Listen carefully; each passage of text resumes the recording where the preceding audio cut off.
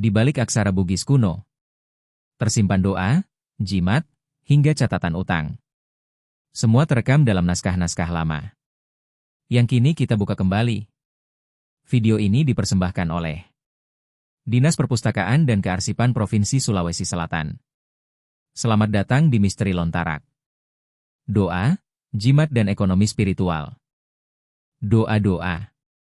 Sebuah naskah panjang, dari halaman 1 sampai 152. Berisi doa-doa dalam bahasa Arab, tuntunan syariat Islam, silsilah, hingga kehidupan suami istri. Pada bagian akhir, tercatat pula pengobatan tradisional, bahan-bahan alam dan kekuatan kalimat. Di sini, ilmu spiritual, relasi rumah tangga, dan penyembuhan menyatu dalam satu naskah. Sholat jamak dan kasar. Naskah ini membuka dengan doa-doa dan jimat-jimat bertujuan tertentu, perlindungan, keberuntungan, dan harapan spiritual. Di bagian tengah, muncul catatan tentang utang piutang, lengkap dengan penyebutan mata uang real. Lalu, secara bertahap naskah ini beralih ke ajaran Islam, menjelaskan sholat jamak dan kasyar, termasuk tata cara dan hukum-hukumnya. Hijrah Nabi. Naskah ini tidak hanya bercerita tentang perjalanan Nabi hijrah, tapi juga mengatur waktu-waktu penting dalam hidup. Di awal teks, tertulis hari baik dan hari buruk untuk memulai pekerjaan, sebuah bentuk kutika atau pengetahuan astrologi tradisional. Lalu, muncul catatan utang piutang, yang mencerminkan aspek ekonomi dalam kehidupan spiritual. Menjelang akhir, naskah ini menghadirkan jimat-jimat untuk keperluan tertentu, memperlihatkan bagaimana perlindungan gaib dianggap penting dalam segala urusan, baik lahir maupun batin. Surat. Naskah ini merupakan sebuah surat keagamaan, dibuka dengan lafaz bismillah dan pujian kepada Nabi Muhammad. Isinya adalah tata cara berdoa kepada Tuhan Yang Maha Esa, lengkap dengan bacaan-bacaan pilihan dan terjemahan ayat-ayat Al-Quran ke dalam bahasa Bugis. Di akhir teks, pembaca diajak untuk memuji kebesaran Allah dalam bentuk zikir penutup, seperti bacaan Alhamdulillahi, Ala-Zalika dan Hamdan Kasran. Kutika.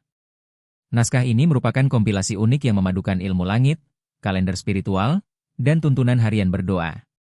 Bagian awalnya membahas ilmu perbintangan, kutika, dan pedoman hari baik buruk, menentukan waktu paling tepat untuk bekerja, bepergian, menikah, atau bahkan menebang pohon. Dalam budaya Bugis, harmoni kosmis dan waktu sangat memengaruhi hasil perbuatan manusia. Lalu, ditemukan pula doa-doa setelah salat, yang dibaca secara rutin sebagai bentuk pelengkap ibadah. Teks-teks surat juga muncul, menambah kesan bahwa naskah ini bukan hanya ilmu astrologi, tapi juga catatan spiritual harian. Di akhir naskah, terdapat perenungan tentang kematian dan akhirat, mengingatkan pembaca bahwa hidup dunia hanyalah persinggahan.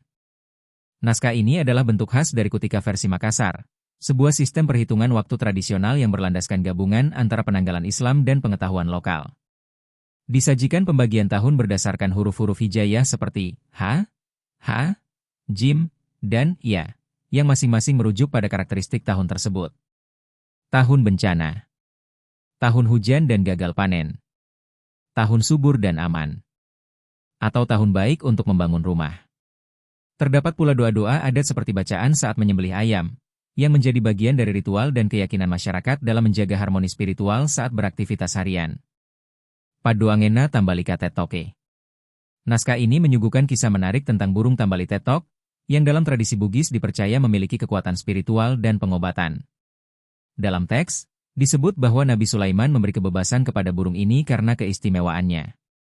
Namun, jika harus disembelih, hanya boleh dilakukan pada hari tertentu. Tubuh burung ini diyakini bisa diolah menjadi obat untuk berbagai penyakit, disertai bacaan-bacaan khusus. Tidak hanya itu, bagian tubuhnya juga dapat digunakan sebagai jimat pelindung dalam perantauan, keberuntungan, dan keselamatan diri. Mantra peperangan. Naskah ini merupakan perpaduan unik antara kekuatan gaib untuk perlindungan diri, pertanian, dan kesehatan tubuh. Dibuka dengan mantra-mantra perang, teks ini menunjukkan bagaimana masyarakat Bugis menggunakan bacaan-bacaan sakral untuk menguatkan tubuh dan jiwa sebelum memasuki medan laga. Namun tidak berhenti di medan perang, isi naskah ini juga mencakup hari baik dan buruk untuk berbagai pekerjaan, ramuan tradisional untuk mengatasi badan lemas, jimat untuk sawah atau tanaman saat diserang hama dan penyakit. Di tengah-tengah naskah terdapat banyak halaman kosong, barangkali disediakan untuk ditambahkan secara bertahap oleh pemilik naskah sesuai pengalaman atau pengajaran turun-temurun. Dalam 8 naskah ini, kita melihat bagaimana masyarakat Bugis Makassar mencampurkan agama, ilmu, dan praktik lokal. Menyucikan waktu dan tubuh. Menuliskan hidup mereka dalam huruf-huruf lontarak, sebagai tanda bahwa segala hal bisa menjadi suci, asalkan disertai niat, doa, dan pengetahuan. Makasih banget udah nonton sampai akhir. Kalau kamu suka konten kayak gini, jangan lupa kasih like, tulis pendapatmu di komen, share ke teman-temanmu yang suka sejarah atau budaya. Dan pastinya subscribe biar gak ketinggalan episode selanjutnya dari Misteri Lontarak. Sampai ketemu lagi.